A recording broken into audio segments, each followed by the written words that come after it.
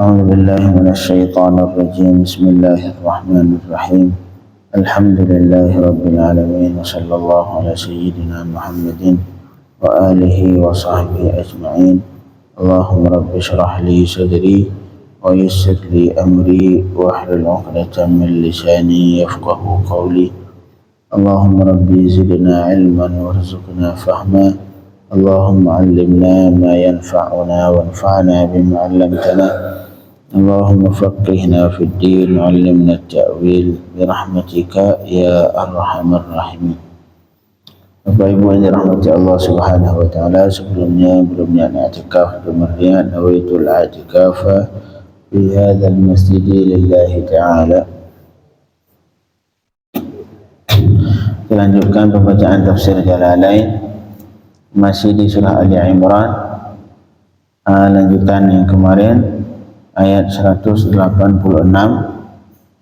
Idz qala Allah Ta'ala a'udzu billahi minasy syaithanir rajim latublawunna fi amwalikum wa anfusikum wa latasma'unna minal ladzina utul kitaba min qablikum wa minal ladzina asyraku adzan katsira wa in tasbiru wa tattaqu fa inna dzalika min azmil umur. Ini ayat ini Allah turunkan untuk menguatkan hati muslimin.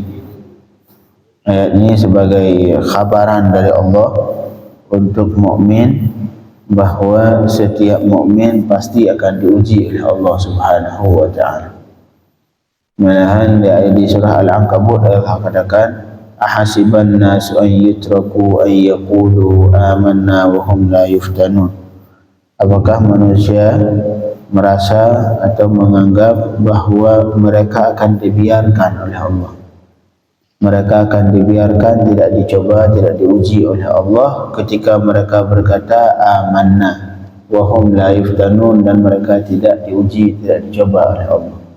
Artinya salah satu sunnatullah untuk hambanya yang beriman yaitu dicoba dan diberi bala oleh Allah Subhanahu wa taala, yang tujuannya supaya dengan bala itu beliau ini, manusia ini, semakin dekat ke Allah Subhanahu wa taala. Dan hakikatnya bagi mukmin semuanya khair. Kalau yang menimpa kebaikan maka disyukuri khair, menimpa keburukan sabar juga khair.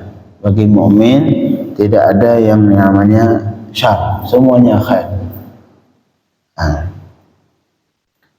Jadi ayat ini sekali lagi Allah turunkan sebagai khabaran dari Allah kepada seorang mukmin bahwa mereka pasti akan dicoba oleh Allah Subhanahu wa taala. Kemudian cobaan di dunia ini dibagi dua. Ada yang cobaan langsung dari Allah, tidak lewat perantara manusia yang lain. Seperti misalkan Allah berikan kita penyakit, contohnya penyakit misalnya. Ada sebagian cobaan dari Allah lewat perantara manusia. Kata Allah Subhanahu wa taala di surah Al-Furqan, "Wa ja'alna ba'dakum li ba'din fitnah atasbirun." Kami jadikan sebagian kalian ini menjadi fitnah untuk sebagian yang lain. Jadi kadang-kadang sebagian kita menjadi bala untuk sebagian yang lain. Tujuan Allah atasbirun, apakah kalian sanggup sabar atau tidak. Nah, jadi semua mukmin jangan menganggap bahwa Allah akan membiarkan kita dalam keadaan beriman tanpa diuji. Tidak. Sunnatullah bagi seorang mukmin pasti akan diuji. Karena kalau misalkan ujian dari Allah kita anggap itu justru misalkan Allah tidak suka kepada kita, maka seharusnya Rasulullah tidak akan diuji oleh Allah. Kalau misalkan ujian dari Allah sebagai tanda bahawa Allah marah atau Allah benci kepada seorang hamba, maka seharusnya Rasulullah tidak mungkin diuji oleh Allah, karena Rasulullah tidak pernah bermaksiat. Rasulullah ma'asum dari maksiat. Tapi walaupun demikian, Allah tetap menguji Nabi Muhammad sallallahu alaihi wasallam, malahan dari semenjak sebelum lahir. Rasulullah sudah diuji dari semenjak sebelum lahir, sudah wafat ayah beliau. Kemudian baru masa kecil sudah wafat ibunya beliau. Tapi itulah cara Allah ingin mengajarkan kita umat Rasulullah bahawa manusia ini tetap akan diuji oleh Allah. Rasul sendiri makhluk yang paling aku cinta, yang paling aku sayang, makhluk yang terbaik, tetap saya uji. Apalagi manusia yang lain, yang mukmin. Ahasiban nas an yutraku an yaqulu amanna wa hum la yuftanun. Apakah manusia menyangka bahawa mereka akan dibiarkan oleh Allah, akan tanpa diuji ketika mereka berkata amanna, kami beriman. Ketidak siapapun yang sudah mengungkapkan bahawa dia beriman ke Allah, maka saat itu beliau harus siap dengan sunnatullah, iaitu akan diuji oleh Allah Subhanahu wa taala. Ujian sekali lagi ada dua. Ada yang kadang-kadang ujian langsung dari Allah seperti penyakit atau yang lain. Ada satulah kebakaran misalkan. Ada sebagian lagi fitnah ataupun ujian dari Allah yang datang dari sesama manusia. Anak kita difitnah, kita difitnah, kemudian uang kita dicuri, kita ditipu. Nah, ini bagian dari fitnah sebagian manusia untuk sebagian yang lain. Yang tujuan waja'alna ba'dakum li ba'din fitnah atasbirun, apakah kalian mau sabar? Nah, jadi di ayat ini Allah tujuannya ingin memberitahu ke seorang manusia, ke kita ini hamba Allah Subhanahu wa taala, bahawa Allah pasti akan menguji kita, baik ujian dari Allah langsung atau lewat perantara manusia yang lain. Yang ujung-ujungnya tetap dari Allah Subhanahu wa taala. Misalkan ada orang yang mencaci, menghina kita, pada hakikatnya Allah yang berkeinginan kita itu dihina saat itu, dicoba sama Allah. Karena sebenarnya yang kalau kita cek dalam ilmu tauhid, dalam ilmu kalam, yang membuat dia itu menghina kita ya Allah. Nah, dia menghina kita ataupun dia menyakiti, menjatuhkan kita. Sebenarnya kalau kita cek yang sebenarnya, hakikatnya yang membuat dia untuk menghina kita ya Allah Subhanahu wa taala. Sehingga kata ulama dulu, cara untuk menghilangkan marah kepada manusia yang lain, caranya mengingat bahawa seluruh perbuatan adalah ciptaan Allah. Nah, kalau ini keyakinan Imam Al-Asy'ari rahimahullah, bahawa setiap perbuatan yang terjadi di permukaan bumi ataupun selain, atau setiap perbuatan adalah ciptaan Allah Subhanahu wa taala. Hingga ketika ada orang menjatuhkan, merendahkan kita, kalau yakin itu bahawa itu adalah ciptaan Allah, bahawa perbuatannya ciptaan Allah Subhanahu wa taala, biasanya hati kita itu enggak berani lagi marah. Ngapain saya marah ke dia sedangkan perbuatan dia yang Allah yang ciptakan adalah Allah Subhanahu wa taala. Kita marah ke Allah tidak mungkin. Untuk marah ke dia kalau juga tidak mungkin, karena yang membuat dia seperti itu Allah Subhanahu wa taala. Ini salah satu cara untuk meredam kemarahan, kata ulama, yaitu dengan meyakini bahawa setiap perbuatan yang adalah ciptaan Allah Subhanahu wa taala. Kata Allah, la tublawunna, la ilaha illallah, la tublawunna, sungguh. Ini kalau di ilmu nahwu disebutkan lam ini untuk mentaukid, lam untuk mentaukid, nanti di ujungnya la tublawunna, nun juga namanya nun taukid. Jadi Allah kuatkan dua kali, artinya benar-benar la tublawunna, sungguh kalian itu pasti akan dicoba, akan kalian, artinya la tukhtabarunna, sungguh kalian itu akan diuji oleh Allah fi amwalikum. Diuji yang pertama pada harta kalian, diuji pada harta, bil faraid. Yang pertama dengan ditentukan ada beberapa kewajiban dalam hal harta seperti zakat, wal jawaih, dan juga Allah uji pada harta dengan diturunkan bala. Harta kita kebakaran, harta kambing kita mati, misalnya kalau beberapa hayawan, kemudian uang kita hilang. Nah ini semua cobaan pada harta. Cobaan dua dia. Ada yang cobaan dengan Allah fardukan sesuatu, zakat, kita bayar atau tidak.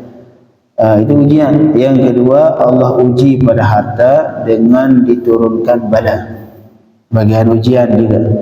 Yang kedua, Allah uji wa fi wa anfusikum, dan pada diri-diri, pada jiwa kalian, pada tubuh kalian juga sama seperti di harta. Kalau pada badan kita, Allah uji yang pertama dengan Allah wajibkan ibadat-ibadat. Kayak wajib salat subuh, wajib salat isya, wajib salat zuhur. Nah, ini juga bagian dari ujian. Ada juga kadang-kadang ujian dari Allah wal bala, dengan Allah turunkan bala, sakitan terus.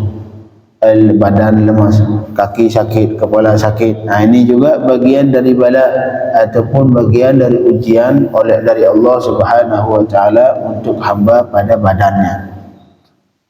Jadi sekali lagi, la tublawunna, sungguh kata Allah, kalian itu akan diuji fi amwalikum, yang pertama pada harta kalian, wa anfusikum, dan yang kedua pada diri kalian, wala tasma'unna, dan kemudian yang berikutnya wala tasma'un, dan sungguh kalian akan mendengar dari orang minal ladzina utul kitab, dari orang yang diberikan kitab, yaitu Yahudi dan Nasrani, min qablikum, sebelum kalian, dan dari wa minal ladzina asyraku, dan dari orang yang syirik, yang musyrik, kalian mendengar azan katsira, akan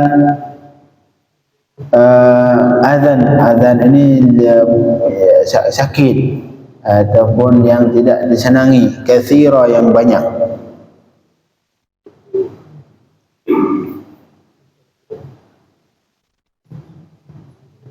Cacian, azan ini sesuatu yang tidak membuat kita senang, yang membuat kita marah. Bahasa Arabnya azan. Jadi seperti misalkan minasab, dia mencaci, menghina, wa ta'an, dia tuduh, pencemaran nama baik, wa tashbih binisaikum. Ini bagian dari ujian dari manusia yang lain. Di ayat ini juga Allah sama katakan, yang pertama Allah uji dengan diturunkan bala, artinya dari Allah langsung. Pada badan kita Allah uji dua. Yang pertama diuji oleh Allah dengan diwajibkan perbuatan ibadat-ibadat. Yang kedua Allah uji di badan kita ini dengan diturunkan bala. Kalau ini semua ujian dari Allah, artinya bukan lewat perantara makhluk yang lain. Tapi wala tasma'unna, ini contoh yang ujian dari Allah tapi lewat perantara yang lain. Artinya itu bukan, artinya itu juga ujian dari Allah Subhanahu wa taala. Yaitu ketika kita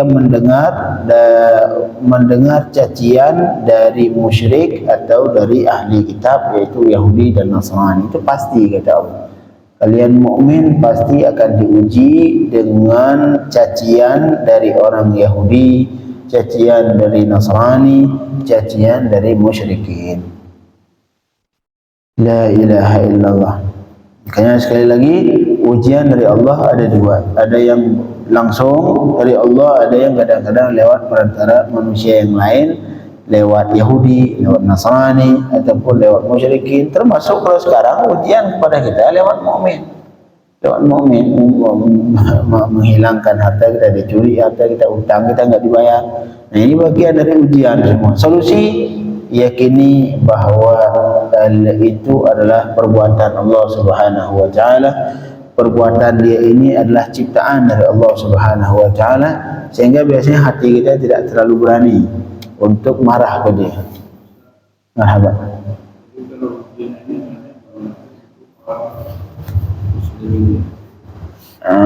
Muslimin iya, kufar. Kalau kufar azab. Ini azab. Kalau kufar azab. Karena tujuan dari ujian ini untuk diangkat derajat oleh Allah Subhanahu wa taala. Kalau kafir enggak ada derajat. Orang kafir azab. Nah. Jadi sekali lagi, la tublawunna, sungguh kalian akan diuji fi amwalikum, pada harta kalian, dengan cara Allah tentukan beberapa kewajiban dan Allah turunkan bala. Wa fi anfusikum, dan juga pada diri kalian sama dengan Allah wajibkan kewajiban dan Allah turunkan bala.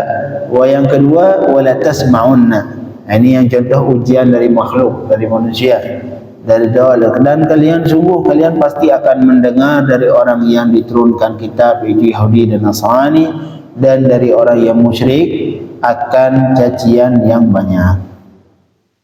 Caci. Wa in tasbiru, dan jika kalian sabar. Ini solusi. Kalau yang ujian pasti, kata Allah. Kalau yang ujian, semua manusia terutama mukmin tidak terlepas dari ujian. Solusi, wa in tasbiru, dan jika kalian sabar. Ala dzalik, atas semua tadi ujian. Wa tattaqu, dan kalian bertakwa ke Allah Subhanahu wa taala. Fa inna dzalika min azmil umur. Maka sungguh demikian itu sabar dan bertakwa bagian dari azmil umur, ay min ma'zumatiha alladhi ya'zim 'alaiha. Itu bagian dari tekad beberapa perkara. Jadi harus kuat, harus benar-benar bermujahadah dalam melawan ataupun menerima ujian dari Allah Subhanahu wa taala. Inilah sunnatullah. Harus kita yakini bahwa sunnatullah, bahwa kita akan diuji baik dari Allah langsung atau lewat perantara manusia yang lain, dari orang kafir Yahudi dan Nasrani, ataupun dari kawan-kawan kita sendiri. La ilaha illallah. Besok kita lanjutkan insyaAllah tentang ahli kitab. Allahumma faqqihna fid din, wa'allimna at-ta'wil, waftah alaina futuhal arifin. Sallallahu ala sayyidina Muhammadin wa alihi wa sahbihi wasallam. Walhamdulillahi rabbil alamin.